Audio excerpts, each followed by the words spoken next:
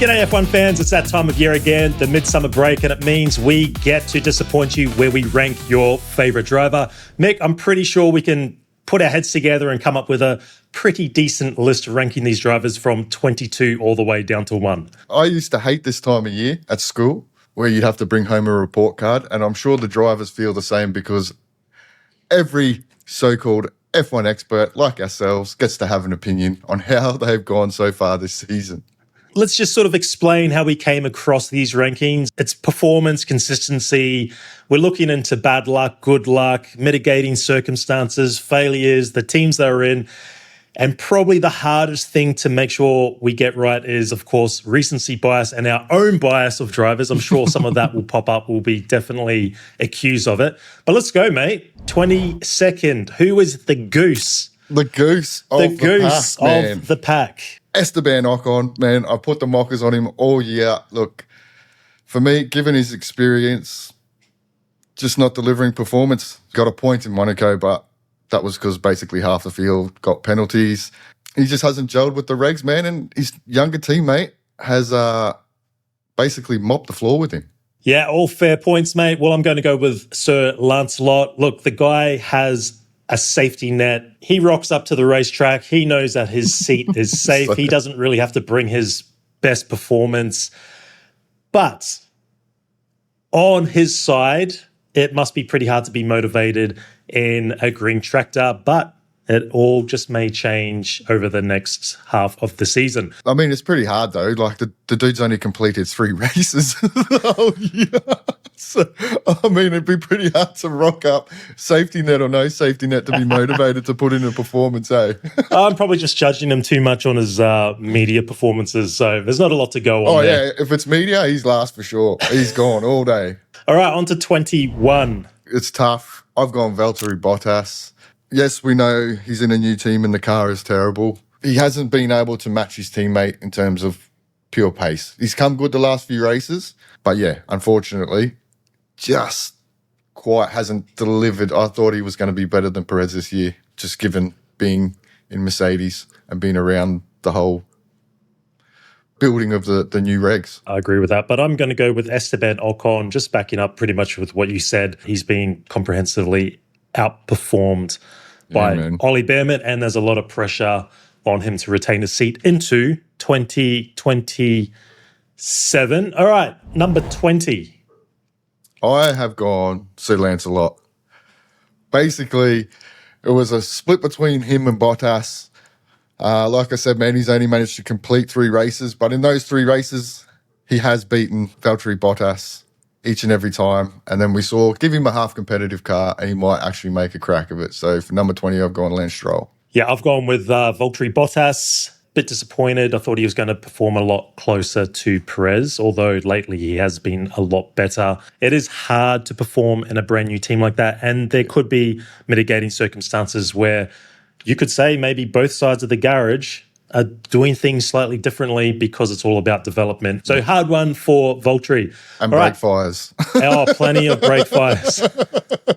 That's a constant. Put the brakes on his performance, that's for sure. It has, definitely. Okay, P19. I've gone Sergio Perez. Look, for me, he hasn't done anything wrong. I think he's done a really solid job since coming back. He's just been going about his business. Unfortunately, he is in a new team, and they have been struggling as of late. Again, similar with Valtteri, right? He came in quite late in the piece. He wasn't there when the team started to develop the cars for the new regulations. And he's come out, man, and he's been on the money, really, compared to Valtteri. So for me, number 19.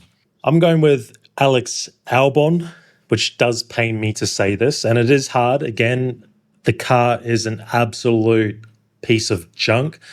But I just feel that he has just continued on from the form slump that we saw around this time last year, and Carlos has definitely had the better of him for most weekends. P18. Alex Albon. So we're not too far apart. We're pretty close. Basically, mate, you said everything. You said it, everything.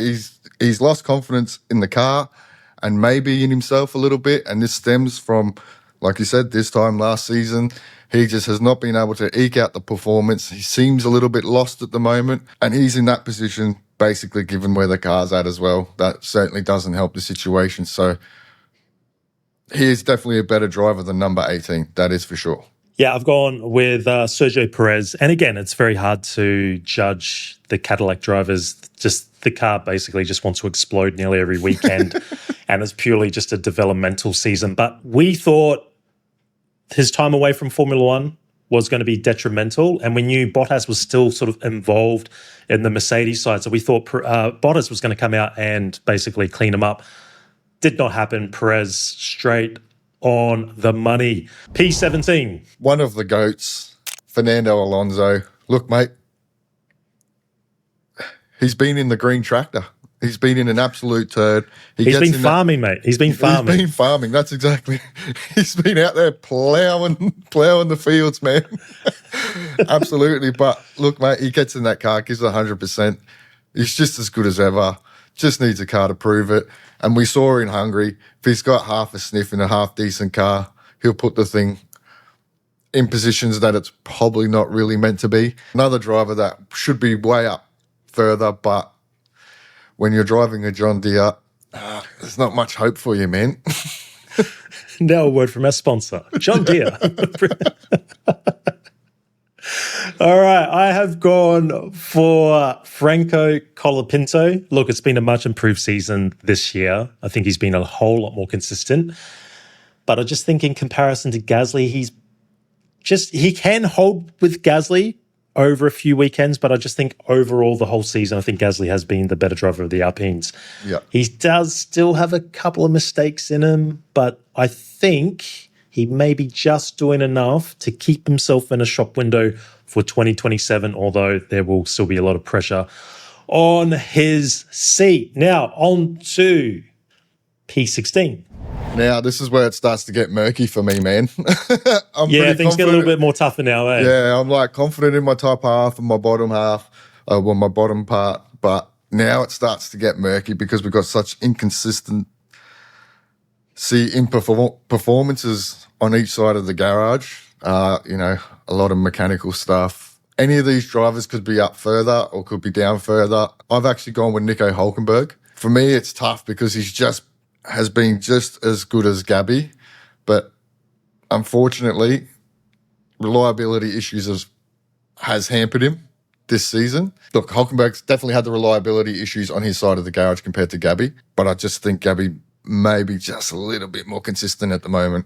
Great minds think alike, as they say, and I've got Hülkenberg as well. And it is really tough because there's been some pretty decent performances out of him. The Audi has shown plenty of pace at times, but reliability has been a massive factor. And look, the guy's had some terrible, probably you could maybe even say the unluckiest driver on the grid. I mean, in a points position, Lawson flicks up a rock, turns his car off. There were times where he was, pretty decent qualifying, wheels out onto the track, gets a DNS, that type of thing. So we just haven't been able to see the best out of him. When you look at his head-to-head, man, he's leading qualifying.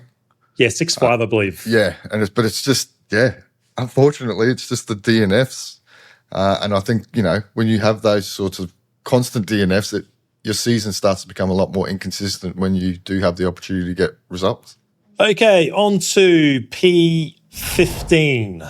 I've gone Gabby Bortoleto. Like I said, man, it's so tough to split him and Hülkenberg. In terms of pace and results, he's probably been a little bit better than Hulk, but that also helps because he has had the reliability compared to his teammate, and he's been able to, as of late, get the points for the team. So that's why I put Gabby ahead of Hülkenberg in 15. Nice one. I've got Fernando Alonso doing a pretty terrific job driving the John Deere.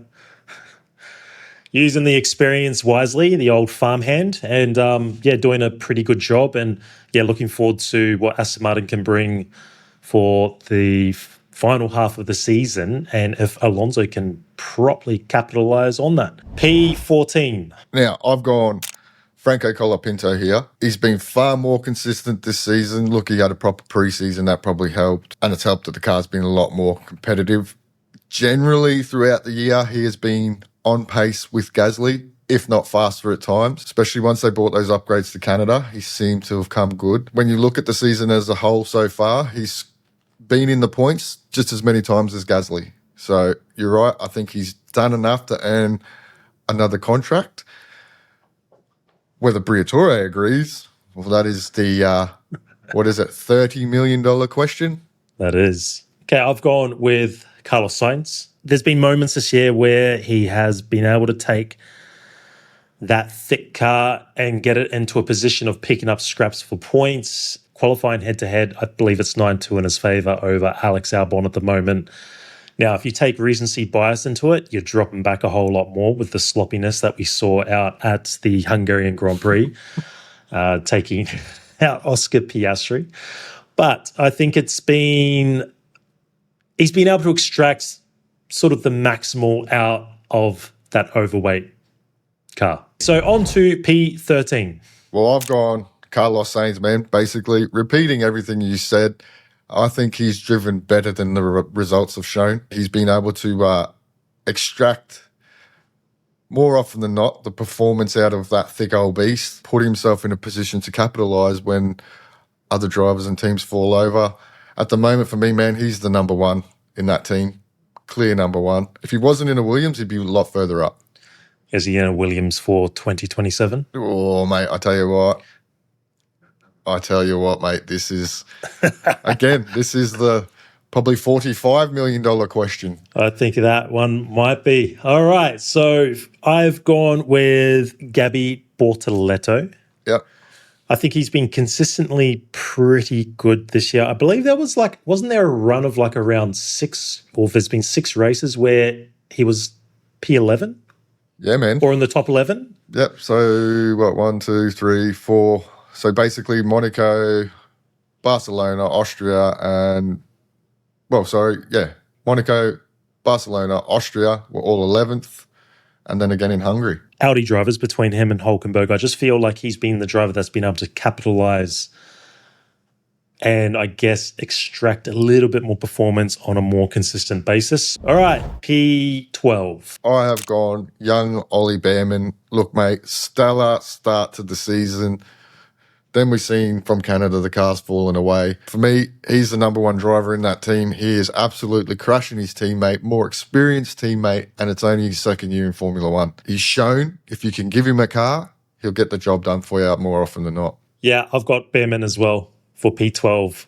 Started off with a hiss and a roar, start of the season, and then the performance, not from Ollie's side, but the Haas, the actual car, has just fallen by the wayside with some of the upgrades that they've bought. But for a guy in his second year, he doesn't really make mistakes. Yes, it was a bit scruffy last time out in the Hungarian Grand Prix.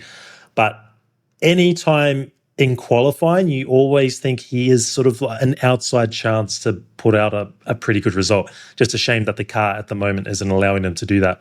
P11. Pierre Gasly. Pierre. Again, super strong start to the season. Fell away a little bit after Canada when the upgrades sort of didn't suit him, but he's starting to get his head around those and he's starting to come good again now. Super consistent in that Alpine. Unfortunately, the car's just not good enough, but I think when you give him a car, man, he can easily put that thing in the top 10 week in, week out. Yeah, I've got Pierre Gasly as well. The Alpine just feels at the moment a bit too track specific. When they are good, it's like Gasly is almost like an automatic Q3 in qualifying and then is able to deliver points on the Sunday. So that gets us down into... We're into Q3. Into Q3, that is right. Q3, this is where things probably get a little controversial. Where we may annoy a few people, but hey, look, let's just get stuck into it, mate. P10. I've got young Lindblad. As soon as you said young, I was like, yeah, I know where this is going. Not many mistakes that I can remember. And I think when you look in terms of what Hadjar did last year, I think it's been just as good without a podium. He's confident. He's confident in his ability. And I think it goes to show also just how good that Racing Bulls car is. And he's been able to deliver week in, week out. I think he's done a stellar job, man. Yeah, I've got Arvid Lindblad as well for all those reasons you just put forward. Look, okay, he's the only rookie on the grid, but have we really seen any rookie mistakes out of him? I think only one I can remember is maybe China. And Yeah. then even then I What's that can't even... second round of the season? Yeah, exactly. Yeah, no, it's been a good season so far for Lindblad, and it's going to be quite intriguing with what Racing Bulls do regarding their drivers, who are both doing a fantastic job with all the noise surrounding Solov, who is leading the F2 Championship. Now on to P9. I've gone Isaac Hajar. Again, another driver I think that could be maybe a little bit further up. Being there or thereabouts with Max in terms of pace, yes, there's that probably 2-3 tenths, but I think you get that with every single teammate of Max. But the fact is he's consistently there. That gap hasn't grown. If anything, it's probably closed up a tiny bit. He had that absolute shocker in Miami, and since then, man, he's delivered points. Basically, I think there's only 3 races out of the 11 where he hasn't delivered a point for the team, and that's what Red Bull have desperately needed. He goes about his business, man. Super strong mentally. Mate, he's having a banger of a season. Yeah, mate, I agree. I've got Hadjar at P9 as well. Just on top of everything you said, I think you pretty much wrapped it up. It's a tough gig getting into that second Red Bull seat. We have seen it plenty of years. Now, you could argue maybe a little bit luckier, came in with the new regulations, potentially less pressure over there without Horner and Marco and all that hoopla. Maybe escapes the spotlight a little bit because so much focus is on Max Verstappen regarding Max's future and the car and everything else. But he's been solid. And he, like you said, he's been close enough to Max. It's been respectable more often than not. So I think he will grow into the role. And I think he'll have a pretty strong second half of the season because he must be banging on confidence. Okay, P8. Right, I've gone your boy, man, Liam Lawson. What a season. What a season after the hoopla that we saw last season. He looks comfortable, confident, delivering week in, week out. We're not seeing the banging of the wheels that we saw last season. That I think the F2 driver has finally left the chat. Mate, he's leading the team from the front. He's got a young teammate that's pushing him, but he's delivering. He's delivering. The car is super quick. When the car is quick and competitive, you need to deliver, and he has done that perfectly this season. I'm going with your boy, or our boy. I claim him as well, Oscar Piastri. So Oscar, for me, it's a bit of a funny one because I think when you look at the head-to-heads with Lando, as far as Grand Prix race results, he's actually up 6-5. Yeah. But the thing is, when Lando's been good, there's been a gap. Yeah. Yep. And more so, you could say, over the last few races where you just feel Lando is now on top of the car and you still feel that Oscar is still searching for the peak performance out of the car. And probably what hurts him a little bit more is he had such a successful season last year that you look at him this year and you think, come on, man, you got to build on top of that. And he just quite hasn't done that. It could have been a good result out at Hungary, bit unlucky in the end, although we still felt Lando was the quicker of the two. But the upgrades have come to McLaren. Hopefully, the second half of the season is a fruitful one for Oscar. I believe he'll find his pace and he'll be back up the front somewhere, battling more consistently. P7. All right. Well, I've gone our boy, Oscar Piastri. Exactly what you said, man. When you look at it on paper, you're like, well, actually, it doesn't look too bad. Qualifying has definitely been his weak point this year. He has not been able to get that one-lap performance that his teammate has. You look at the sprint races as well, and he's been pretty well dominated by Lando in the sprint races, which probably makes it look even worse again. First 2 races of the season, man, with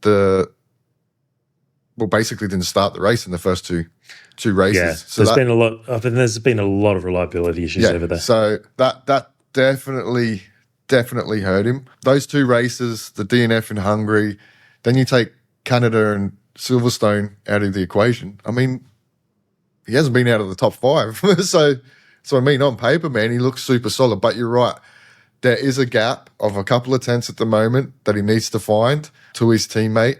And I guess we were kind of expecting an angry Oscar, right? Like, this is it. Like, now I'm going to prove to you that you screwed me over. And yeah, unfortunately, you know, the reports are it's similar sort of thing to Russell. He's having that similar sort of season. Yeah. Similar sort of issues. We've seen in the last 2 races, man, race pace hasn't been too bad. Still a little bit off to his teammate.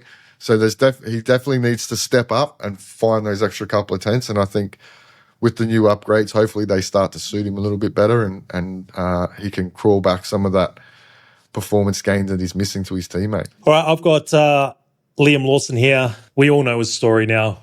It's been a very much a disjointed start to his Formula One career. Finally gets his first season where there's no distractions. He can focus fully on a preseason in the same team. And I think we're starting to see the advantages of that. If you look at the grid overall, he's probably your best bang for buck driver as far as points per salary ratio. Yeah. So, yeah, I've got to give it to Liam. He's been very consistent. And I'll bring up that mention that you made. Well, that point that you made was last year, we loved how aggressive he was, a true racer, but he would overstep the line a little bit too much, force the issue. Yeah. This year, the aggressiveness is still there, but I think he's picking his moments a whole lot better, although we did mention it. Yeah. It's not too far off. It's getting pretty close between Lindblad and Lawson. It's getting there. It's getting there. It's getting very close. So hopefully it's still a fruitful second half of the season for Racing Bulls and they can continue on that trajectory. Okay, on to P6. I've gone Charles Leclerc. The first few races, man, he was banger, finished ahead of his teammate. Since Miami, I kind of feel like he's probably fallen off a little bit in terms of pace to Lewis. You know, even, yes, the last 3 races you could say yes, but he's beaten Lewis in the race. But that's because Lewis has had a sloppy couple of weekends. In all reality, Lewis has been faster than him, even in those 3 races. We all know the issues with the struggles with braking. He seemed to have slowly got on top of that. Just that little slump in the middle. Yeah, he's sort of just been off a little bit, I would say, compared to Lewis. Yeah, I've got Charles Leclerc as well. You pretty much summed it up again. It's the problem when I give you the first shot of it. Had a bit of an ebb and flow season, and you do feel that he's just not quite at the level where he knows he can be. P5. I've gone Mr. George Russell. You know, we've seen all the bad luck. He's probably lacking a little bit of confidence, I think. And at the moment, I would say since he had the engine issue in Japan, man, he hasn't really been on the same level as Kimi. I think it starts then. Then you throw in the reliability issues as well. He's shown glimpses where he can pull it out of the bag. We saw the pole lap in Canada, the race in Canada until the DNF. Just not quite there in terms of performance. And, you know, you've got to rate him against your teammate. I've got him at number 5 as well. It's tough for George because when you look at a lot of the interviews lately, he's talked about trying to, you know, figure out the driving style, redefine it. There's been moments of where he's soul searching, but it's like he doesn't really have the answer. And maybe it is down to all the software algo stuff regarding the energy deployment. What worries me is it's like he's not quite sure. Yeah, he's lost. Which will, I think, eat into his confidence a bit if he can't start off the second half hitting the floor, hitting his straps. Because Kimi, when you see Kimi nearly every session, it just seems to be now Kimi's ahead. It's easy. A couple of tenths. It's easy. Yeah. Like, you know, we get 2 or 3 races after the summer break and he hasn't been able to find that performance or pick up the performance. I think you're right, man. I think mentally he's going to start to struggle even more than what we've seen. Okay, P4.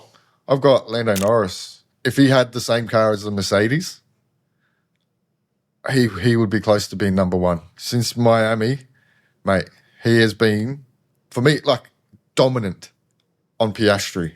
Like we said, you look at Piastri and you look at the results and, it hasn't been so bad. But I think from lap 1, when he came out, I think he missed FP1, so he came out on FP2 and put in that lap in Miami on his first quick lap. Since then, man, he has been driving as well, if not better than he did last year. And he hasn't been in a dominant car. And we've seen in just those last couple of races, if the car's quick enough, he's good enough. You've mentioned it before.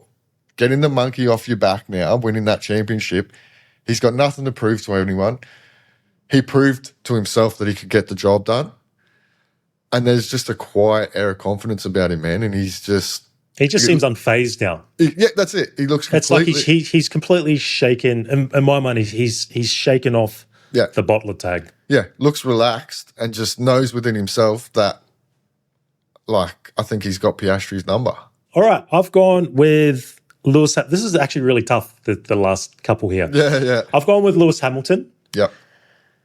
It's been a great turnaround. I thought just before the start of the season, I thought this was going to be the make or break season. If Lewis continued his form, what we saw last year, I thought this is it. This is the final season. He's rejuvenated. He looks hungry again. The only downside is just lately, there's a bit of a recency bias thing. Yeah, there's been, just a few sloppy moments, penalties. Could argue whether it's engineer or on his side. But it's been a great season so far, and this is why we see him in P2 in the championship and potentially could be running for his 8th World Drivers' Championship. I'm waiting for you to go. 9th. There it is, ladies and gentlemen. I knew it was going to come. Know me too well. So there we go. Lewis, P4. Okay. P3, starting with the podium finishes. All right, here we go. I've got Lewis. Basically, exactly everything you said. He has finished in the top 5 every race bar Japan. He's had a couple of sloppy weekends as of late, and there's people going, oh, these are because he's old. Nah, don't buy it. Nah, man, absolutely not. I think a lot of these mistakes, when you look back at them, Monaco, the speeding in pit lane, well, basically half the field got the speeding in pit lane. Yep. British GP, he moved in his box, so it was deemed a jump start. Yes, that's on him. Spa, the George thing, 50-50, could have gone either way. Hungary qualifying, yes, that was on him, whether you want to blame engineer or him. You've still got 2 mirrors on the side of the car. Keep a lookout, bruh. The speeding in pit lane thing is, when you look at that race, he needed to be millimetre perfect because he was racing George to that line. He almost was. Well, exactly. Oh, you mean Kimi Antonelli to the line? Yeah, to the safety car line. Yep. Right, so he had to be millimetre perfect and he just missed it. Also, too, he's finally got a sniff. The thing is, though, he's not in the best car. He's in the most consistent car, but he's not in the best car. And he's having to maybe push the limits a little bit more. Yeah, and that's a good point too, because we have seen a few offs. He made the mistake in, was it practice where he tore the rear right wheel off? Yes, in Spa. This is his first time he's had a sniff in a long time. Since 2021. And given that the car's not quite on the same level as a Mercedes, he is probably having to he's having to push the line, man. And when you're having to push the line like that, more often than not, like we've even seen it with Charles, you are going to overstep the mark. So, but for me, P3 all day long, man. I think so good to see him back, so good to see him happy, and in with the sniff. It's because of one person, Kim K. Mate, Kim K. Keep doing what you're doing, Kim. Keep doing what you're doing. Just keep doing what you're doing. All right, I've got Lando Norris. It was a tough one between Lando and Lawson. I could have flipped them pretty easy, but Lando for me is I can't remember him making a mistake this year. Yeah. The cars let him down quite often, just like Oscar as well. The McLaren hasn't been very reliable, but it just feels that he's extracting the maximum amount of the car. You always felt there was a good result coming. It felt like it's been building over a while now, and we did see that last time out in Hungary. Yeah, I think he's going to be pretty rapid this second half of the season.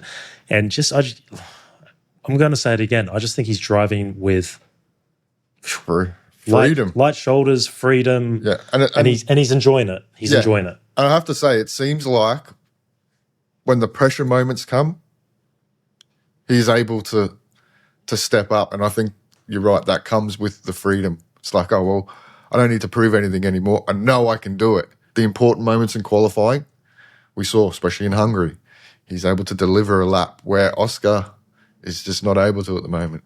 P2. I have gone Sir Max Verstappen. What do you say? Hasn't put a foot wrong. The car's put a foot wrong, but he hasn't put a foot wrong all season, man. He's just delivered the results in a subpar car. The guy's a gun, man. He's super just... And what I do like about him, yes, for all the shit I give him about some of the passes that he does make, at least he does it. You know what I mean? Like, he's not afraid. And what I like about Max is there's no bullshit. There is absolutely no bullshit. He sees it how he calls it. If he doesn't like something, he'll tell you. He's been able to outperform what that car has delivered. Yeah, I agree. I've got him as second best driver as well, Max Verstappen. You can never count him out, even when you know that the car isn't great. You always feel there's always going to be a Max Verstappen performance coming. Now, some may argue that he's made a few more mistakes this year. We have seen quite a few times of him spinning out. There's always the internet arguments. It's because of the wing. No, he's overdriving the car. Oh, it's a skill issue. Fucking skill issue. Hot air. Are you kidding me? I'm pretty sure he's proved he's got the Anyone skill. saying it's a skill issue is, I think... they need to go back to school and learn some skills, man. Yeah, lacking a few, curvy things on the brain, on the old grey matter. Their skill set on Formula One isn't that great. So, yeah, it's just every time he's on the track, you just expect something to happen. Yeah. And that's why we love him in the sport as well. And hopefully he could, by all reports and what it seems to be, what do you think? Red Bull next year as well. Yeah. But this is why we love Max Verstappen. It could be absolutely anything. It could be. Well, that just leaves us with P1 and was there any secret? No, you go first. I'll let you can go first on this one. Kimi Antonelli, has the young fella has he put his foot wrong at all any time this season? Can you remember a time when Kimi has done something wrong? Not really. Maybe getting a little bit flustered at the start of some races, but tell me a driver that isn't flustered at the start of a race and can unlock a break. I guess most notably would have been Austria, where he kept locking up and going into turn one. Yeah. Bit impatient, yeah. I get the feeling with Kimi, though, he's the type of guy that learns very quickly. So I think he would look at that race and be like, hey, look, I've got a lead in the championship. Why was I being so aggressive at the start when I could have completely ruined my race, walked away with no points? Especially when you got Bono there too, right? That's exactly going to make a massive difference. I mean, if you are a young driver and you think of all the engineers on the grid, that's a gold mine. Yeah. It's an absolute diamond. So, look, I don't think we give Kimi Antonelli enough respect for how much pressure he came under coming into Mercedes initially. Being young, all this talk of being, the next big thing, replaces a multiple world champion straight away in a top team and started off really well, then went through the rough trot and has then bounced back on the other side of that at the end, sort of at the back end of last year. Everyone talks about George Russell winning this year's world championship. Melbourne, you could argue, well, maybe that's the way it's going to go. And then all of a sudden, boom, Kimi Antonelli, every session, FP1, FP2, FP3, qualifying, sprint races, sprint qualifying races, on it. Just delivers, eh? It's like you almost forget now that it's only his second year. Yeah.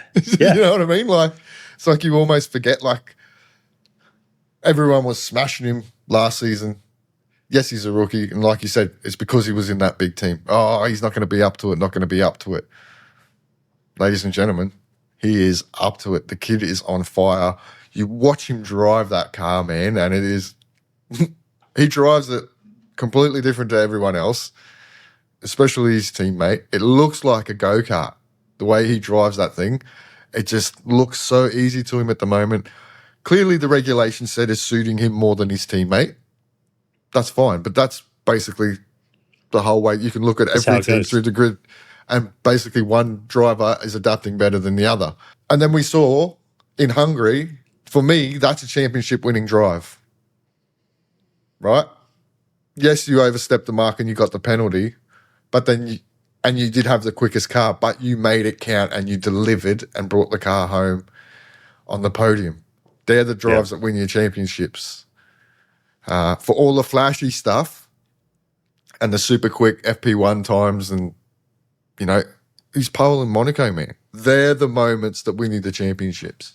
And all from a 19-year-old. What were you doing at the age of 19, Mick? Probably can't say.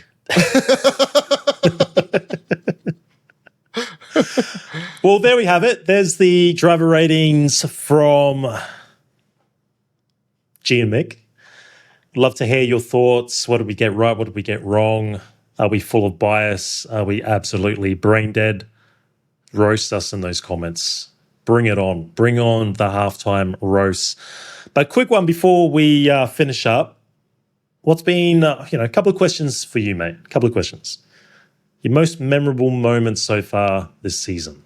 Oh, it has to be Lewis in Barcelona for me. As a massive Lewis fan, you ride the highs and lows, and I certainly have, because I am a massive fan. I'm going to stick that picture up of you again when you look like a teenage girl meeting some K-pop artist or something. Yeah. So, for me, that was a massive thing. Yeah, that was probably mine. And then, and maybe the race in China between Lewis and Charles. I think probably my two favourite moments so far. What about you?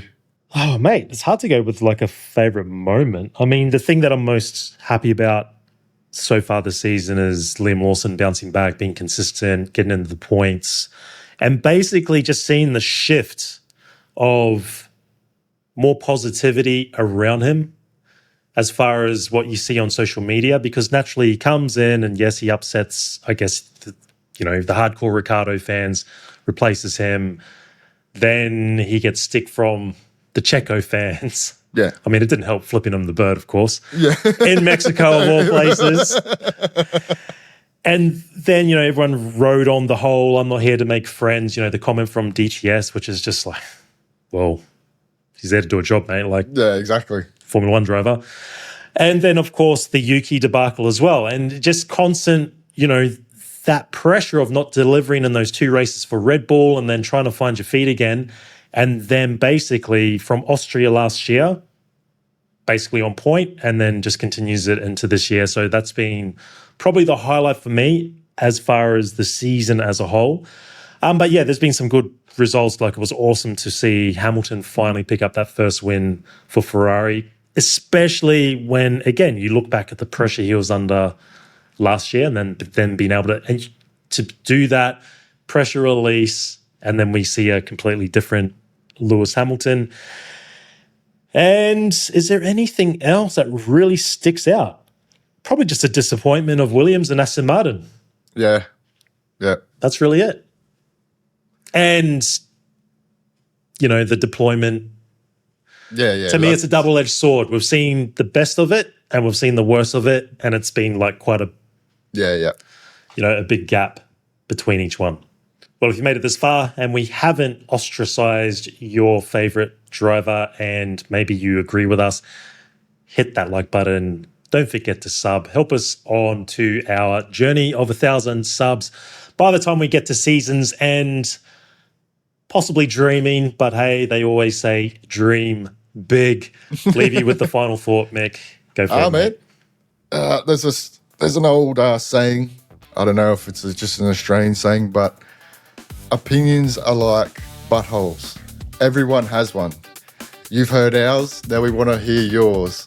So let us know who you think your top 3 drivers were, who has been your standout performer, and we look forward to bringing you some more content before Zandvoort, where it all kicks off again, and the run home, maybe to Abu Dhabi, continues. So until then, we will catch you in the next one. Catch up.